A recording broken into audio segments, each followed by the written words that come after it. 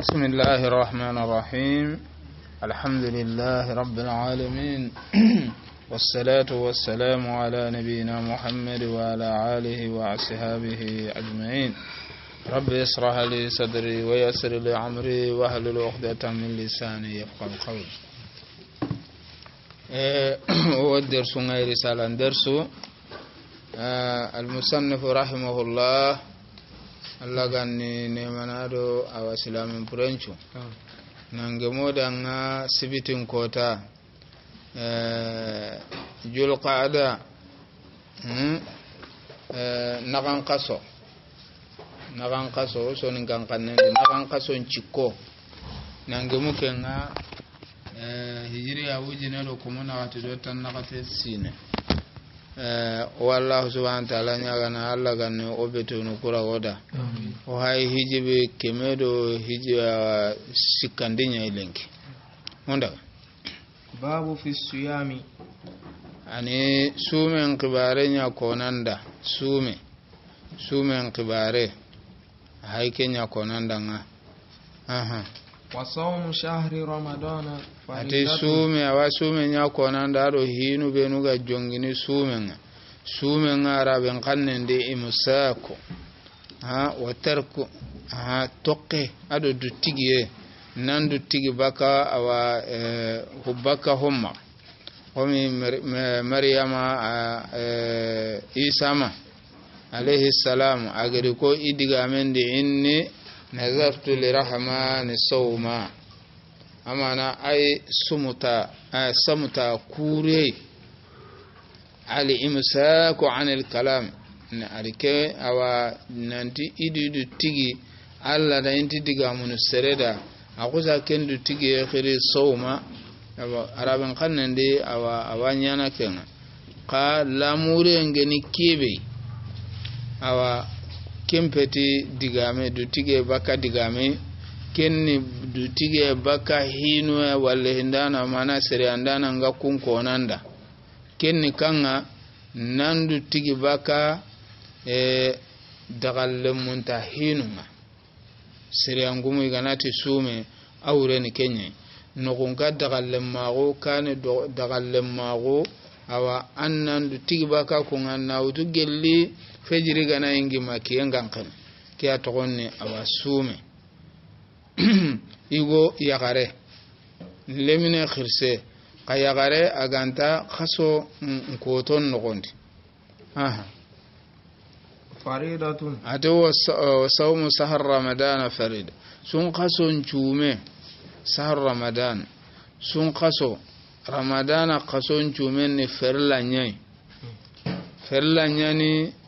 baka awa mukallafi sukama mukallafi sukama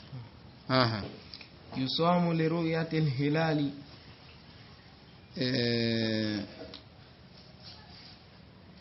atiyere kunda ago yere agade khibare nyangi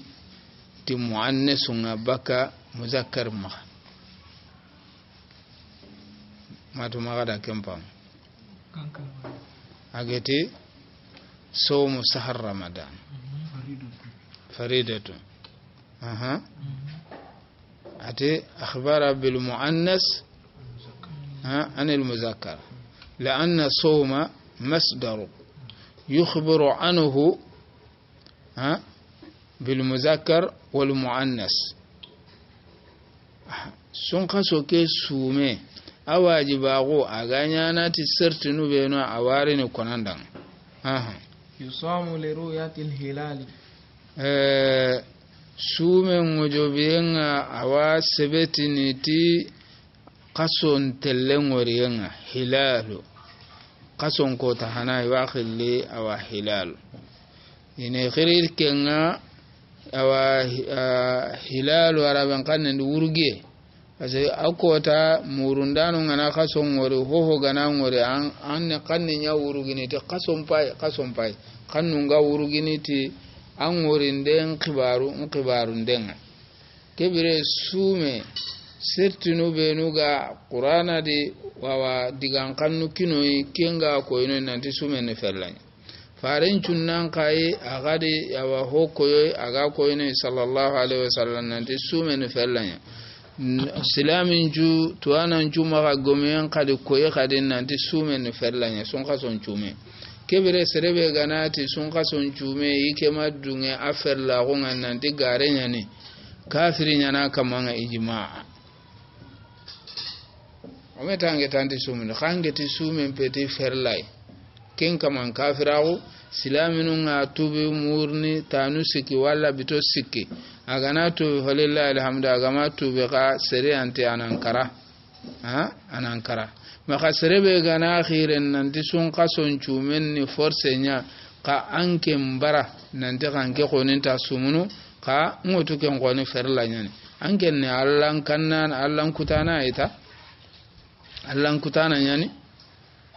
ina akamangongo ina kamangongo agana bara sere anti ina keri ma hadda nyani kempete kufra igana tu beda hadda kenni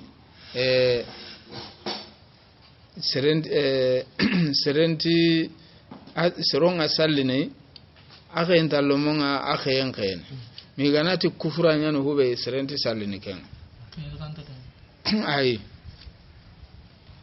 akhen tawtin tuanunda hinu yogonwa awa konano kondita serebe ganti sallini betil mare kantino ana burenga ronedi ananyo korega halle awa hoganti maga inana burekauti nakini kungata ayte nanti ko khayni ay kan ko go sa kunwa ati sunga sombedi tomwa oda kahirawo o sharani dugundi bitosiki amatu sharani kiri sharani kallege be debero yalla kanga nyana sababu na asunoni wa wal ma tujura ay yetan kara kafir arno kise yeta kara kafir bana ke kenke nyime ha sharani hakin balle kenke nyime aganya kafirin kenya ke anga kara kafirin ya ga nyime kafir anangata wa yuftaru li awo kafirin anati indiro islam agunde angana kere esiga an kernde ke anyana sababu aga junubu ke yampana hiyan ka ha maga hiyata masala mekello jene ngallen takki kunti kille pasi jene enta sereba ka islam agunde sereba gana jene ameti honti jene ngama jene ata adi junubu gore nya sere anta na ankara ka intitina la kafire sere kallenti sere nya na kafire mata magelanga na to honti sere kallen ati yusamu li ru'yati al-hilal sun kason tellenga nan wurita awa gidan kembe ni birene sahawan maganti terendedi wajibi nyani keta annan chum anyi me agari ngoriba walla ga sebeti ti sera nun ngorinde nyaiba wajibi nyana hetu konnanti minke me aga na sun kason ngora ay kibare ngana kinyanga tanni aga sebeti islami nungeri sebeti nanti awa sun kason nyani lenki kumbene annan chum serende faren tirndi sallallahu alaihi wasallam ti sumen kankota ati yawma yusamun nas soronga sumun kotabe kenya sonka songa me ga deben junazo manke mbana tokota kun nantin ke mangure wala deben juna salli anke mbana tokota kun nantin mangure keta ga ngana hinki kotabe anna hotana ko kende faren sallallahu alaihi wasallam khibare lay khibare le hoyen palle ki embogo halle nande kason ngori ate kada ga sumun kuto ka kumbenona salla karonde bere kenche beti an kan men mur ameti nanti mi ande ngori farende hayatunya sallallahu alaihi wasallam jibril ama yanka kate har ko ta nan ta kason ciki ai wahu meri nanti na kason ciken koyi ada an ngori ngari to ko soro nyimenu ma agana jibril aga liniya na le kason cikin go farenda sallallahu alaihi wasallam farenga daga ka arina kokoda na do de mundi o imenu na muru ona kason muru ma ngori ka hakesu jibril antene na ta amamuro kaso ga amasigilenga kada hadu tumande ado to imenu maka kesu ni hakira ko ni serenga nanti serenna ma bu jamande waso ga par no yana na khaso mun eske ke impintene ini murnu ta ya ese apar no ko kaso ke ga masigi apar no ko ho fabrique ne na warano ngaba nan ta kaso nyani ba ami senya nange nya ko kukane me ida huwa deberi agana nyino ngaga barakato ndinanga ngalla basi ntike basi ho inkibare gundon kibare ho gundon kibare he ente kaso ngana nyagami ho ngawoni yakali ngumu nya ho ngeme ne ganati nde kaso ngori debendi ngeme ya kaburugume eske na yakali ngumu to no soronti sikana kendewa ma idina ga da haisiri basi usai nyawo kuma ya siri akemba ne da kaso ngori kali kurosi siri gella ga masane go ngora ga simma kason maken onda wa yuftaru li ru'yatihi kason ngori yan ka sababunda kadi sumen nyime kason ngori sumen nyime kason awa njopare angori sumen njope awa go misalende ali idda kine kallenya ni yagarelo na ali danga kallenya ta yagarelo ali danga kine awa kaso na katiro bito tamkenya ni yagarembo gande na ali danga yagare misalende sa yagare kina gana karama mu ga mu ko kaso kara ali dante anyim makaona hoina te kada kadi hurjan to lo hurjan ananya maganga rondi kadi bagandi hurjan antam maga aganti kotanto anyeme ampurja nyeme lenka nyeme ho suntano kadi menyo kenya kundu asu mena burumbono nde akongeke dike ade kawoni kono ade anta sere andi feu nanti kalle gananya menye wanyana na hurjaronde nanti kadi kalle ali dangana timme kasuna ade do bito tammi menye nanya na hotana de berantedi ibe gana de berandi fabrication nya de berta yalla laga non o nema honda kana 30 yawman aw 29 ogo kasonni kiyai tampille robane tanjike robane kento ko kasonde tampille do segu kento ko kasonde yo kibire ibe gana ko hamudina kan gonda ngala kayan gajanyo ko hillani iblisa kitende aga hada mare men gajana tai temperandangi aro konte ku ho ama ari kutta musu sedi yawa hoy nasara do yahuda adi kita temperandangi entamme adi kita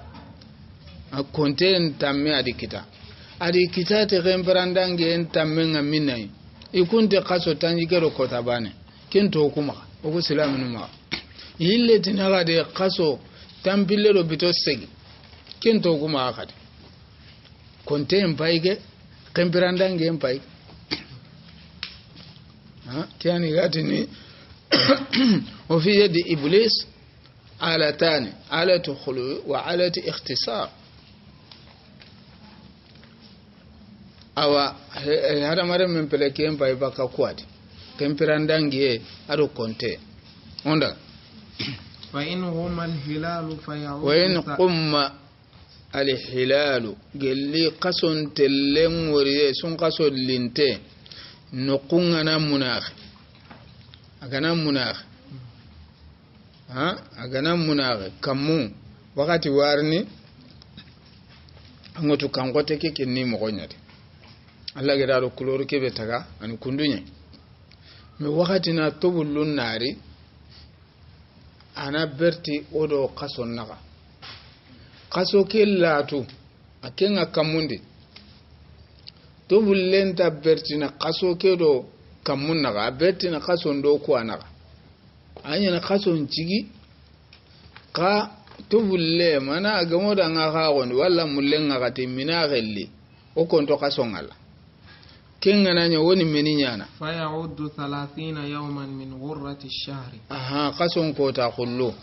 o ron tenya hay son kason di o hay ke o gati na kaso be da urungurane wona vitamin me lenki ita tampilendo ko bunyani uroke kiyeke odi muru iti munakhalle o mangori ona kaso urumurana ona timmandi tanjike kotay kumbena halleketa awa inati bantambelin odi ngoro o ma ngoriyo awa osumuna sun kaso nyamantenka sun kaso tampillero bito ke bodi sumu odi muru o ma ngori no kummunaki ona sun kaso nchumo ona timmandi tanjike bitoy kumbene ki halleketa odi ngoro o ma ngoro sallinya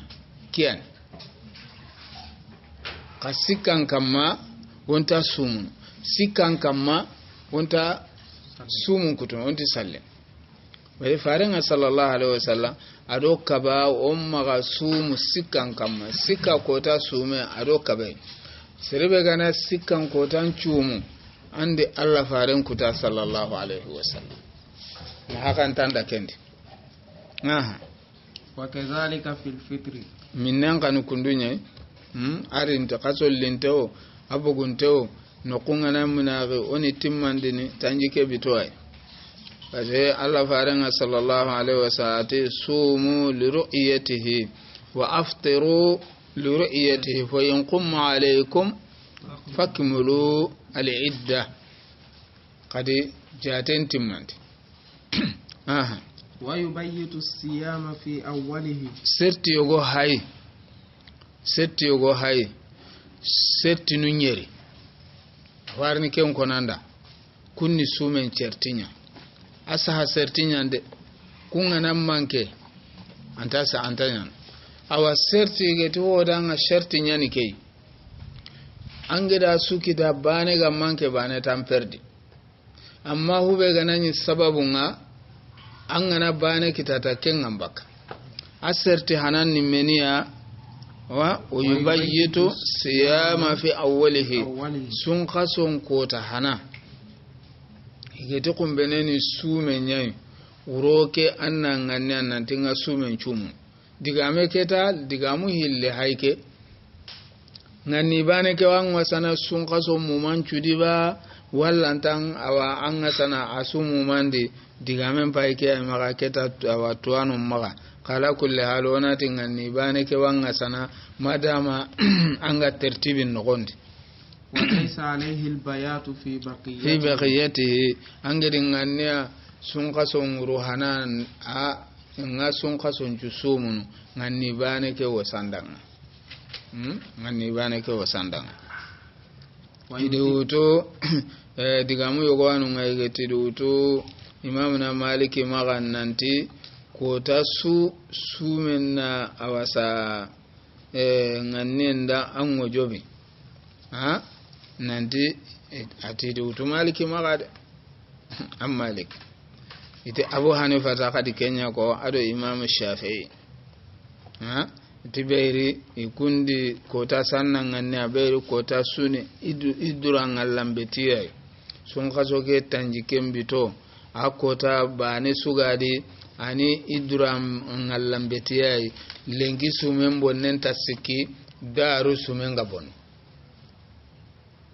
andi sumen nyallengi andi duto na jimmini allengi sumen bono inati lengi sumen gabono daru sumen gabono da daru men ga sumen bono da kempe ado sallenti bana salle ara kambane gabona maga sallendi tanni awa aso bonoti me bonnanga aha wa yutimmu as-siyama ila al-layl anga sumen anga ajopana qabla tulul al-fajr anna daga timmandi uro layl uro ni ajopana minna kiyen kanne magan chumen kutude kiyen ngamakan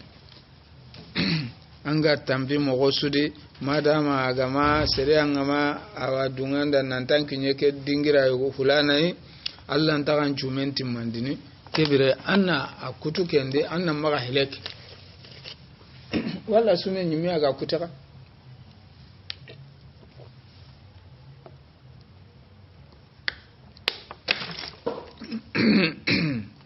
sume nyumi aga na kuti anke njokonta ka kende sume nyumi kute nimeni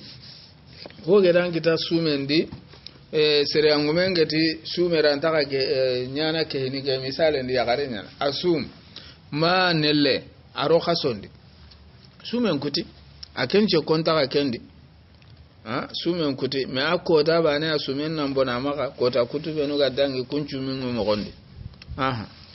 wa min as-sunnati ta'jilul fitri awagelle sunnanga gelle mini wakaten kai ta'jilul fitri na minnenga na ajondi aga dangana gungerin nanti kiyenken anken nan to munu yogono wadi soronga awa aswa igena kenga hinni mulinta on honkaranga ken jatendi har sade umma kutu sasa kemmanya dina keriti sagaron ta kunya Allah fare sallallahu alaihi wasallam ati hinu sikiko ati sunan man qabli annabi nyimbe no gi ke kane ke sunnanya ni kumpinu sikki kun annabi nyimmo kha sunnanya ni kumpinu sikya gelike gemeri dunati ta'jil al-fitr wa ta'khir as-suhur wa wadi al-yumna 'ala al-yusra sallan na kitite njogondi kitinogen kamma angi jimenga ati keni soro sunnai ike kane gelle annabi nyimmo na minen jondi madama anga tankana uketa nanti kiyan kanu maga an tsugurin kadum gelu wuron nogo maga iga gelu wuron nogo awara wuron legere anna iga kenya kiyani sunna ati umman tagille khairi di madama iga ko hinu hilkam kadiga me ke wuranga na hay nanti umman tagille khairi di madama iga minne njondini na sugurin dugundi ken wuren meni awren ya umman tagille khairi de abada madama iga faren cunnan gollin amma kan ba ku sunna nu bane imagire khairi de abada iga faren cunnan gollin iyo ande khairin gidati faren cunnan gollen ay siga Allah ime ferla kutun tege diga me akende ba yamin tete wa ta'khiru suhur na sugurin dugundi wa in shakka fil sugurin dugunde idi sahiben tirndi ko tayi wati kundi suguri ido farendi sugurin yiga do me sallallahu alaihi wasallam kempalle boguna lo misirendi nan challi ida tirndi ti kam pakeni sugurin do sallen naga ati tankirege aya qaranga qur'ana ngaye qaranga tankirege aya qaram pakke kengana kite sugurin do salle ngagatin naga kenga wasene qaranga be geni mutawassitan qaranga wa in shakka fil fajr fala yaqul angana sikka angiri keta anga ugiri lere be ancika fajri gi yang yingi ba walla ma yingi ammon toro nyaga mamma walla mammon toro ngor maga yigede toko kundunga wala yusamu yawm shakk anganati annan toko kundunga wa hamunu jaga suguri nyige sumendi ferla he nanti wala serti nyani force anna suguri nyiga ay me ka sunna nyani sunna begeni ona difference lodo awa kafirun chumu mogonu na ikun chumu mogonu yogonu wanonga ikunta suguri gana ado kadi suguri gen kadi awan habe tanaga ya kadi ando dullen taka kiranga ille ngana kere sado kiyenga la tono mo goyo goda ancembentenya na Allah wa halale murno halale kebe igira muro maga wona umbire halale kebe ancembentenna giri ka ankira maige illen sugure biran ka kinya ammaige angana igilli kendi Allah puntenya gilli anna maga daga le gerunga angarono hidi kebe gante kawa ولا يصوم يوم الشك ليختاط به من رمضان انتاج من سكا كوتا سوم iti sun kason tampile ndo ko bunyan lenke o ma ngore iti kumbene awa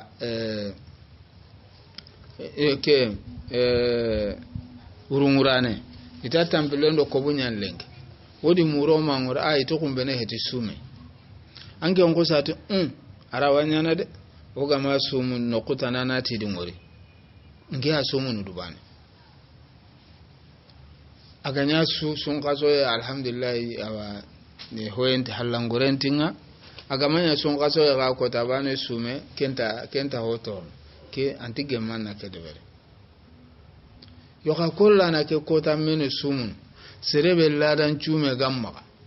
an gen ladan yana ngala kamisa sumun sikka ko ta kusa ge mu ala kamisanga adaga na sumu tangala kamisan cumenga hara gana bange nanti sun kaso nyani keta sun kaso ngana kara annari ko tabani tuga pasi illenga kerne andi ngania angala kamisan cumenye aranta kan sun kaso cumen baka sun kaso ngana dangana ko tabani tuma sumu kagana sebetin nanti sun kaso he andi kita angala kamisan cumenga aha waman sawmahu kadhalika lam yujzihi awa ange nganati na sum gella ganari bange nanti kason wori tambontinga antambaka asu mini ange ndi sum midinga kinyane wala inerenga kinyane iti kedebe hulana da kason wori de jaga lenkini sun kason annate ngeke alhamdulillah tambontinke la asiga anga ngane na birewe andi ngane yatimine sun kaso he amma ngane sun kaso antambaka wa in wafaqahu min ramadan haraga na gam sun kaso ne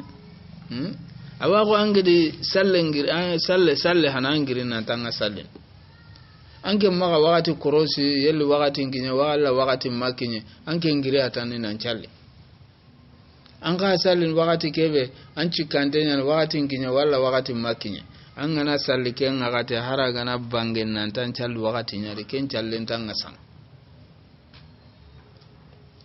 la budda an gana salli nan na to an nan ti salle ke wakatin kinye anna atwa an ka gana ni sume sun ka son ka jopana fo kan na to an nan ti sun ka son kinye anda ngan ne nagire anda ngan ne nagire aha ولمن شاء صومه تطوعا amma ngori an gana ramuru nan tanga awanyana na hoye baraji mulle sume kenke nganyana kantamba kasunka sonkendi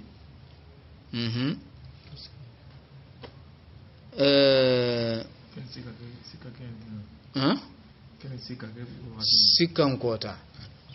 urungurane nyani awa lenki tampille ndo kobu misale nyande tampille ndo kobu nyankira lenki ogana kaso ngori lenki utronga kumbeno wasumu meoga mangori su kumbene nya sikan kotai atanna maka sumu ti sun kasoi alla wasumu nuti baraji mulle kangana sumu ti sun kaso nya su anta haraga na sebete nanti sun kaso nya ni antanga sana pasi yogono anyana na adeberi haraga manya sun kaso ya anti hotor agana sun kaso ya ka tambon tinkitan ai kente wani tin ne be yi ma iri sasa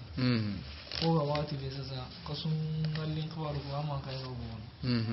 bo aho no kusugari islam min man ko ngano bo kungana bu na declaration yana de khasun ngiri bo sorogo nanu ayati ni kuma sakanta sumu bo gana bara sumu ti kenno est-ce que howiya wa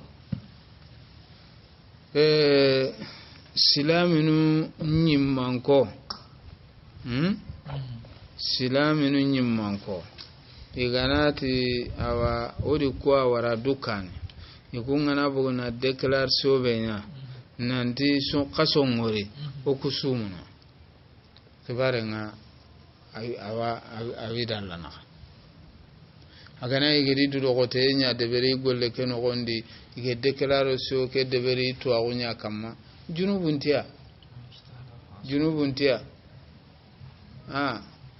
awa salama gonka wona jikisire nyamira katidwa wosimendo ga kubeno kan wala dukane kun kanti memu ku jamagebe na memu kunna dona garen ko nanti kason cigi na nyamasigi umma ka ken kasimma katia umma jikibure awasika katia ara wanyana ira khibare go kinno yantinya na tongwa do serebe nu gere khibarun kini kun kai basi kun ka ta gontonniya sedanu na sedanun dugu ibe gana ngori no be anni khiri nan to khaso ngori igana kunce rano igana sigiya igedi kibaren kini Kenya kama junubun tiya ange tanti gare kono amma sala lemman na maganya garante ngada ange ndi gare kono akenya ndaga goro de benda adi gare nya ko ara kinanga ange nchaka ganga ndiko anto kan no ni ala kulala ange nda junubu kita madama ange ngedan duro koto pasandi duro koto na sereka hundo sereka humbelu mbogu medi angana khibare be kita kenda ngeri kini islaminunga o simenda Allah subhanahu wa ta'ala awam barajin ngiro ko sirwenu ga balla sumuti ko ndigan kamnunga ko inde no tungun tere khasuma fa se wala harkin ina khata wonyade kunna khata wonyade ina khata wonyade amba kebe angeri sigindi dukan nanti ana silama ko ke hoyege ko agana nyandanga almami anda jimanga jimida baten agana giranga gilida baten ance khiya almami nay ana mbigi kande ama saliji mewtu janaba nyimme woy na li salita ko netun me oga salli ndo almami nga wakati be wujji kenya ne do jiki sirenya ne dinnan tanta kemme nyanoi anto jambana na lisali toy nani salijin tamaga anto jambana na lisali toy nani awa janaba woy akenji kisire be gam maga katike manke kenyi manke agana tanda kate qason cigi angoto ange ngana ile tenanti sakakenga ancheya nan challi dai ancheya anchere ngana kara anna akhira anna dan chere mbane rondu kompendi tana yanka ma wo nyana ino angutwa anchere ngana karanan challe kesu kamma akenga ran khibari nanti awa odi sedano surungore te kasonci anke ngati nanti sakaken kibra hotanana kasidu tanana maga ken no gondi kasidu tanana maga